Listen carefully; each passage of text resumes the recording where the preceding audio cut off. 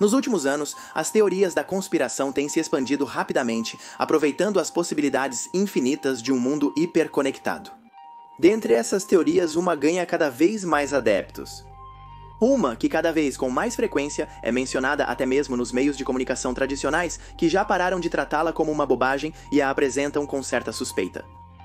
O que até alguns anos atrás poderia nos parecer uma simples e tola exageração, hoje é tema de debate em extensos fóruns, que não se cansam de amalgamar pistas para tentar lançar alguma luz sobre uma trama que não para de se complexificar e se torna cada vez mais sinistra à medida que o tempo passa. No centro de tudo, uma palavra que já por seu próprio peso parece definir tudo, mas que continua sendo um completo enigma para a maioria. Illuminatis Beyoncé ganha muitos prêmios Illuminati. P. Diddy faz festas em sua casa com presença de menores.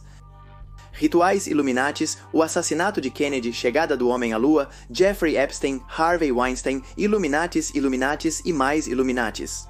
Onde quer que haja altas esferas de poder, escondendo informações ou tramando algo, os Illuminatis parecem estar presentes. Políticos, ídolos do pop, estrelas consagradas. Todo aquele que tem um amplo alcance nas massas já foi apontado pelo menos uma vez como ocupando uma posição nesta suposta organização secreta que estaria orquestrando o rumo do mundo há centenas de anos. Mas não nos adiantemos. Nova ordem mundial, pactos com seres do além.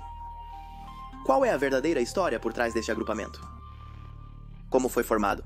Como conseguiu se infiltrar na cultura popular e adentrar no ambiente pop? E ter se enraizado tão profundamente? Qual era a sua relação com as outras lojas? E mais importante ainda, eles ainda estão em funcionamento? O que eles fazem em suas reuniões? Bem, para responder a todas essas perguntas, vamos conhecer hoje o lado obscuro dos Illuminatis.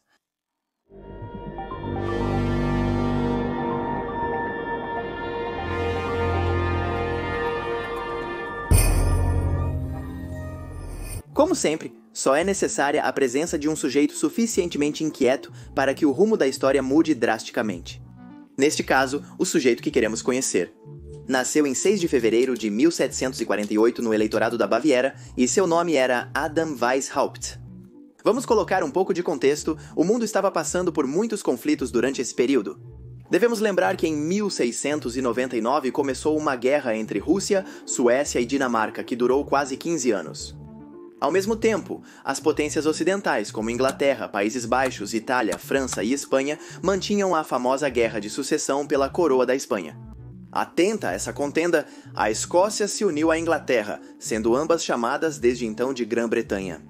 Por sua vez, Frederico II da Prússia estava em guerra com a Áustria, Inglaterra e França desde 1741. E o que isso significava?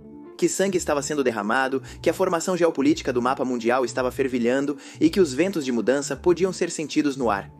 Os intelectuais sabiam que as ideias poderiam criar novos entendimentos sobre as sociedades.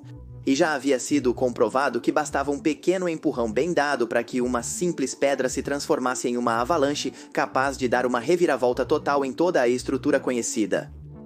Eram basicamente poucas, convulsas, e um jovem Adam, de apenas 5 anos, teve que enfrentar algo ainda mais mobilizador: a morte de seu progenitor.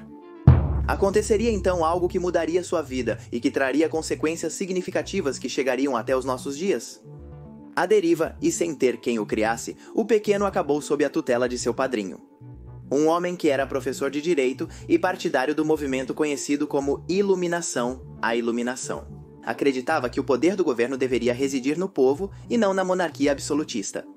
Por isso, defendiam a liberdade política e a divisão de poderes. Os iluministas basicamente acreditavam que o uso da razão poderia ajudar a combater a ignorância e a superstição, muito presente também naqueles anos. Criado sob esses preceitos, Adam logo percebeu que suas ideias incomodavam seus professores. Professores que, na maioria dos casos, eram jesuítas, que colocavam a fé e a religião no centro de toda a cosmovisão. Apesar dos múltiplos problemas que sua postura trouxe. Com apenas 20 anos, o jovem conseguiu um doutorado em Direito, seguindo os passos de seu admirado pai e padrinho. Anos depois já era professor universitário. Embora as constantes controvérsias que seus ideais despertavam tivessem colocado ele em mais de uma lista negra, Adam continuava exibindo uma inteligência que abria portas e o aproximava cada vez mais de pessoas poderosas. Mesmo quando, em 1773, o Papa Clemente XIV aboliu os benefícios da Companhia de Jesus, ele começou a ocupar cargos que até aquele momento só eram adequados para os já mencionados jesuítas. Naqueles anos acalorados, ele aderiu à filosofia empírica e encheu-se de entusiasmo pelo futuro. Já em suas tardes de estudante, ele conseguiu evitar a censura de seus mestres, organizando-se com outros garotos que pensavam como ele. E como eles fizeram isso? Simples, criando grupos secretos nos quais compartilhavam autores e livros críticos ao modelo eclesiástico. Este método o havia salvado de se tornar um solitário já adulto. Adam perguntou-se, por que não continuar por esse caminho? O pensamento que tanto o perturbava finalmente se estabeleceu quando ele verificou que agora não estava totalmente sob o jugo dos jesuítas. Os jovens novos se entregavam a grupos que desejavam explorar coisas como a alquimia. Isso o desesperou e ele escreveria em seus diários que o atormentava. Pensar como as mentes mais preparadas acabavam aderindo a ideias pouco úteis para realmente mudar a sociedade em que viviam. Foi assim que no 1º de maio de 1776, Adam decidiu usar sua influência como professor e adotou o nome de Irmão Espartaco. E se lançou à criação de outra ordem secreta. Ele estava longe de imaginar o impacto que a mesma teria. Claro que sempre houve dúvidas sobre o objetivo da ordem. Afinal, era secreta e muitas das coisas que aconteceram dentro dela nos primeiros anos nunca saberemos. As poucas informações obtidas descrevem os Illuminatis como um grupo que procurava promover doutrinas de igualdade e liberdade, combatendo a religião, em prol do racionalismo. Outros sugerem que sempre foram pessoas cultas e influentes que buscavam saciar seus desejos de importância. Esses detratores até enfatizam que a gestão interna da ordem estava longe de ser democrática ou igualitária, além do que professavam. Os Illuminati realmente tinham alguma relevância ou eram uma associação de pouca importância? O que fica claro é que ao escolher um símbolo que os representasse, Adam e seus seguidores escolheram a coruja de Atenas, deusa da sabedoria, das artes e das técnicas de guerra. O mocho é uma espécie de ave de rapina muito semelhante à coruja, que tem sido usado como representação da filosofia. Mais adiante, outro de seus símbolos representativos seria o olho da providência, mas falaremos dele em alguns minutos. Segundo o próprio Adam diria, a sociedade que havia formado logo se transformou numa rede de espiões, cuja missão era, acima de tudo, coletar informações. Acreditava-se que os Illuminati incluíam pessoas de diversos círculos sociais. Cada pessoa trazia valiosas observações para dentro da ordem. E assim, o grupo começou a concentrar significância graças à sua privilegiada posição na cadeia de eventos. Aqueles que estavam nos Illuminati poderiam ter acesso em primeira mão a informações que outros não tinham, o que sempre era um fator positivo, seja para ganhar dinheiro ou favores. Não demorou muito para que a estrutura interna derivasse em subgrupos e os escalões se fizessem presentes, gerando uma articulação mais ampla, e negando aos iniciados ter acesso, pelo menos no começo, aos documentos mais valiosos. Cada vez mais desconfiados de suas gestões, os Illuminati tiveram um pequeno auge. Sobretudo quando, depois de ganhar confiança em si mesmo, Adam decidiu investigar como outras organizações secretas eram geridas. Para isso, em 1777, ele ingressou em uma loja maçônica de Munique. Lá, logo chamou a atenção de maçons de maior patente. Fiel ao seu espírito inquieto, sugeriu reformas. Ao lê-las, todos concordaram que o sujeito era muito inteligente, mas também certamente arrogante, por isso não teve muita boa aceitação a longo prazo. No entanto, a experiência serviu para algo fundamental: recrutar pessoas para os Illuminati, que cada vez tinham mais regras sobre o que ler e quais conclusões poderiam ou não tirar daqueles textos. Assim, o princípio básico da ilustração, que havia servido de pedra fundamental, era contraditório conceitualmente. De que adiantava estar livre da pressão da religião se agora tinham que se submeter ao escrutínio de outros homens que se mantinham nas sombras? Adam soube então que se quisesse que sua ordem continuasse de pé, teria que fazer algumas modificações, elevando-se ao poder. Para evitar o mal-estar que começava a ser rumorado no grupo, seu fundador decidiu seguir os conselhos de um ex-aluno seu. Aproveitando a popularidade alcançada, aperfeiçoou a logística interna. Assim, para 1778, Adam propôs como novo nome Bem em Ordem ou a Ordem das Abelhas. Porque se imaginava que os afiliados deveriam coletar o néctar da sabedoria, dirigidos por uma abelha rainha. Com o tempo, ele optou por Bund der Illuminaten, ou seja, União dos Iluminados, e finalmente voltou a um lema mais próximo do original, escolhendo Illuminatenorden, ou seja, Ordem dos Iluminados. Esta reorganização foi acompanhada por uma estrutura mais ritualística, para a qual Adam contou com a inestimável ajuda do aristocrata saxão, Adolf von Nietzsche. Em 1782, Adolf acrescentou às ideias de Adam todo um organograma que atraiu a atenção de muitos novos adeptos, especialmente daqueles que vinham de outras organizações secretas, como já dissemos. Apesar dos Iluminados terem adotado aspectos maçônicos, eles não pertenciam à mesma ordem, nem cooperavam em organizações franco-maçônicas nacionais como a Grande Loja ou o Grande Oriente. Diferentemente de outras sociedades, os Iluminados tinham um programa político explícito, enquanto entre os maçons, por exemplo, são indesejáveis as disputas religiosas, confessionais ou políticas. Para muitos, essas diferenças eram revigorantes e prometiam novas oportunidades. Esses anos foram fundamentais para que a Ordem dos Illuminates não apenas crescesse consideravelmente, mas também conseguisse ter infiltrados em outras lojas. Mas claro, da mesma forma que eles estendiam seus tentáculos, outros que não os viam com bons olhos também começaram a investigá-los. Infiltrando-se entre suas fileiras para tentar discernir o que os Illuminates tinham para seduzir a todos. De repente, com infiltrações em todas as frentes, começava a se formar uma inesperada batalha das lojas. Karl Gotthalf nasceu em 11 de setembro de 1722. Provém da antiga nobreza da Silésia, possuía propriedades importantes na Lusácia. E nos interessa saber dele, porque foi o fundador e chefe da Estrita Observância, a organização maçônica de alto nível mais grande e importante do continente europeu. No século XVIII, segundo Carr, não se cansava de repetir que a Estrita Observância era a sucessora direta da mítica Ordem Templária, supostamente dissolvida em 1312. Com tal carta de apresentação, não é surpresa que Carr tenha conseguido se tornar uma espécie de imã irresistível para todos aqueles com vontade de fazer parte de uma associação que prometesse grandes revelações, ou pelo menos tirá-los do tédio. Como se isso não fosse suficiente, Card garantia a quem quisesse ouvi-lo que se mantinha em contato com superiores desconhecidos. Cito: dizia que esses superiores revelavam segredos a ele e davam instruções para seguir. Aqueles que acreditavam em suas palavras ficavam consternados e esperançosos. Será que antigos templários, mais cedo ou mais tarde, se manifestariam diante deles para revelar todos os segredos da humanidade? O ânimo positivo e paciente dos seguidores de Carn desmoronou quando o próprio Carn morreu e nada aconteceu. Corria o ano de 1776 e não houve superiores desconhecidos que se aproximaram para dizer-lhes qual era o caminho a seguir.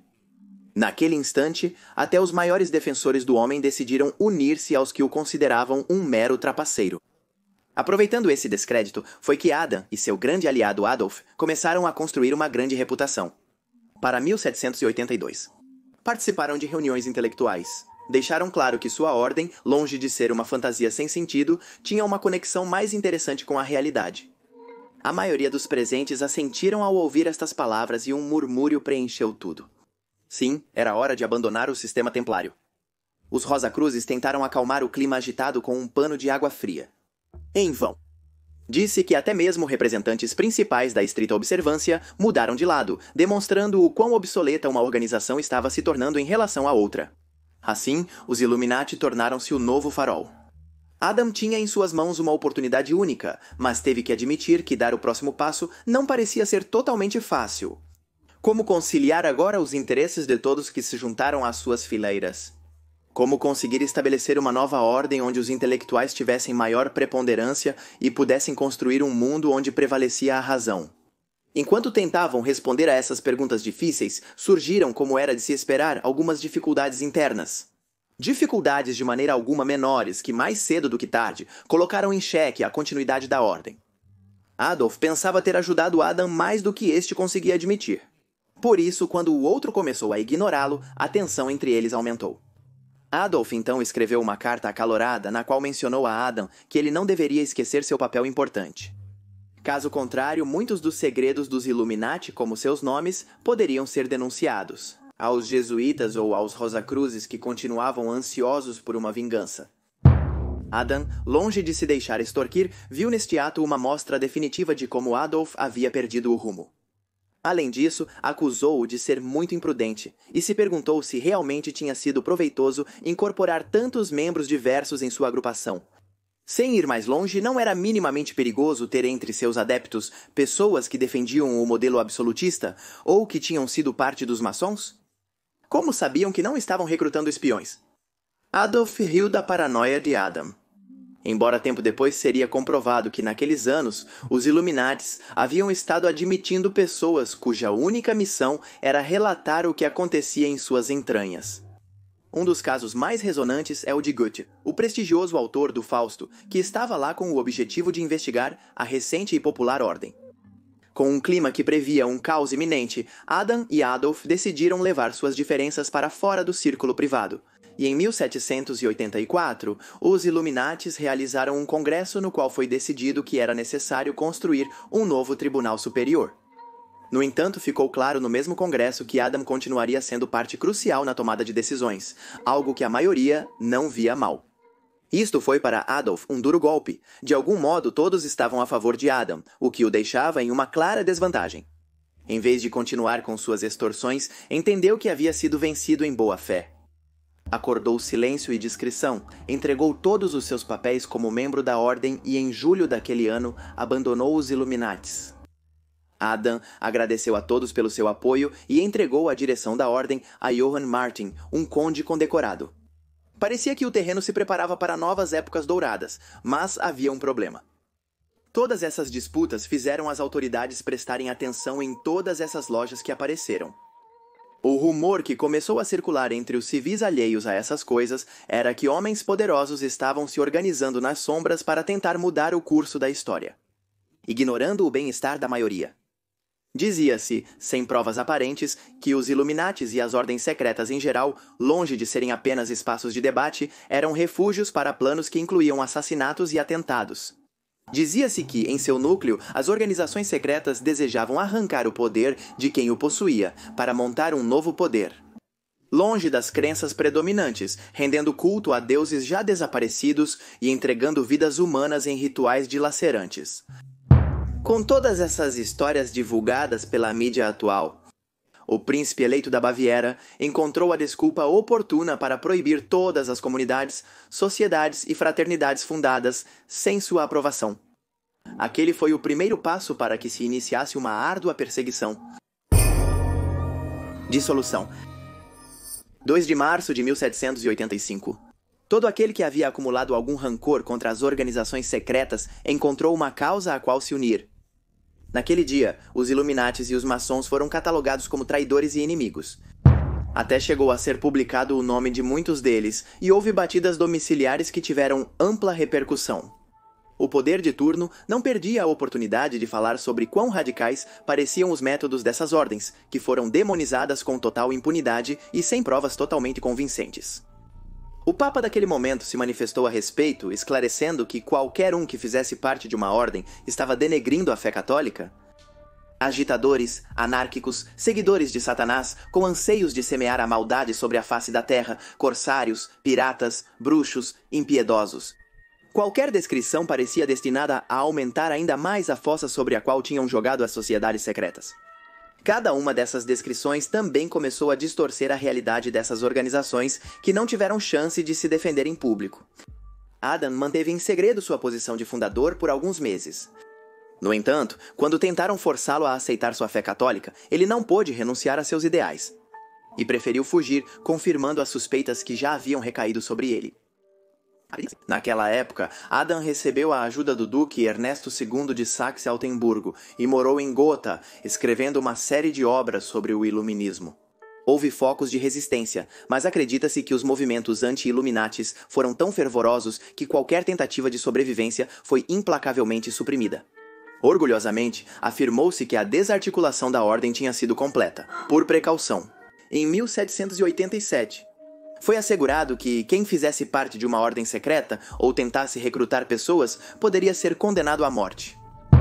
Aos 81 anos, Adam morreu. Com ele, possivelmente morreu a história dos Illuminates. A fase parecia estar fechada. No entanto, entre os círculos autoritários, os rumores persistiam. Eram rumores que não paravam de se reproduzir. Diziam que, apesar de todos os esforços feitos, os Illuminatis conseguiram se reencontrar. Diziam que ainda operavam nas sombras. Diziam também que não só continuavam vivos, mas estavam fortes, mais fortes do que nunca. E assim nossa história volta ao começo. Começa a paranoia. Há aqueles que afirmam que, após tudo o que foi narrado, os Illuminatis decidiram reforçar sua clandestinidade e adotar uma posição muito mais ativa. Sim, ao tentar combatê-los, eles se tornaram mais perigosos. Em 1791, um pároco francês chamado Jacques-François Lefranc publicou um popular livro no qual afirmou que a Revolução Francesa havia sido planejada e financiada por sociedades secretas que se consideravam obsoletas. Outros dois autores, o ex-jesuíta francês Augustin Barwell e o erudito escocês John Robinson, fizeram uma grande campanha para promover o conteúdo deste livro. Os historiadores concordam hoje que todos foram tentativas de reduzir as culpas reais da Revolução e encobrir os maus desempenhos das figuras de poder daquele momento.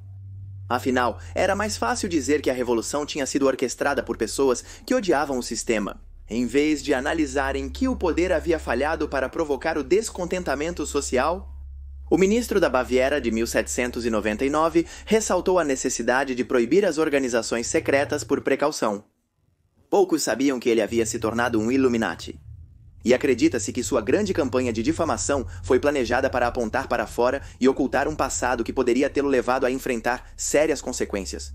Para saber o quanto a lenda da influência Illuminati nos eventos mundiais havia escalado, basta saber que George Washington, o primeiro presidente dos Estados Unidos, escreveu uma carta assegurando que estava fazendo tudo o que estava ao seu alcance para se livrar da presença Illuminati em seu país. Anos depois, o terceiro presidente do país, Thomas Jefferson, foi falsamente acusado de pertencer à organização. O que, por sua vez, começou a gerar ideias renovadas, onde a paranoia parecia não ter limite. Assim foi estabelecida a possibilidade dos Illuminatis estarem em relação direta com os atores políticos mais destacados. Mas então, eles buscavam favorecer o status quo ou fazer com que ele desaparecesse para sempre? A resposta parecia evasiva e se tornou ainda mais confusa quando William Guy Carr, um fundamentalista cristão e escritor de teorias da conspiração e antimaçônicas, fez uma revelação polêmica em um de seus livros, em 1955. No mesmo, ele publicou supostas cartas enviadas entre um militar confederado e um maçom que também tinha ligação com os Illuminatis. Essas cartas teriam sido enviadas entre 1870 e 1872, e, segundo o escritor, eram conservadas na biblioteca do Museu Britânico. Essas correspondências falavam de como os Illuminatis tinham um futuro já escrito para o mundo, um futuro que haviam preparado. As guerras mundiais foram geradas com qual finalidade? Estabelecer uma nova estrutura dominante? O Museu Britânico sempre negou a existência dessas cartas, mas a semente estava plantada. Quem dizia a verdade?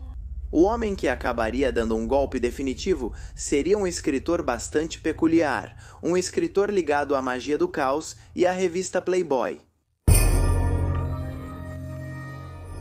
Um dos fatores que aumentou a presença mítica dos Illuminatis ocorreu na década de 60, quando foi publicado um livro chamado Principia, Discórdia, que estabelecia um sistema de crenças conhecido como discordianismo, e que, em parte, promovia a subversão da ordem social e a desobediência civil. Embora fosse uma espécie de paródia, aquelas páginas estimularam muitos. O fato de que naqueles anos começou a ser revelado que instituições como a CIA admitiam a presença de programas secretos ajudou a imaginação a disparar sem limites e a desconfiança se tornou moeda corrente. Um dos seguidores do discordianismo era o escritor Robert Anton Wilson. Wilson era um escritor da contracultura, ligado a correntes místicas que acreditavam na arte como ferramenta de provocação. Sob essa premissa, em 1967, quando trabalhava para a Playboy, ele e um colega começaram a enviar cartas falsas de leitores falando desta organização de elite secreta chamada Illuminati. Depois enviaram mais cartas para contradizer as que acabaram de escrever. O plano era espalhar a desinformação através de todos os portais para gerar o caos.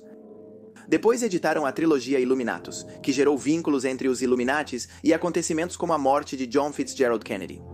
Os livros foram um sucesso, foram adaptados em uma peça de teatro em Liverpool e foram replicados por algumas revistas que nunca esclareceram que eram de ficção. Tudo foi tão longe que o universo Illuminati acabaria ligado ao hip-hop pelas mãos do lendário Prodigy, que em uma de suas músicas escreveria: "Os Illuminati querem minha mente, minha alma e meu corpo".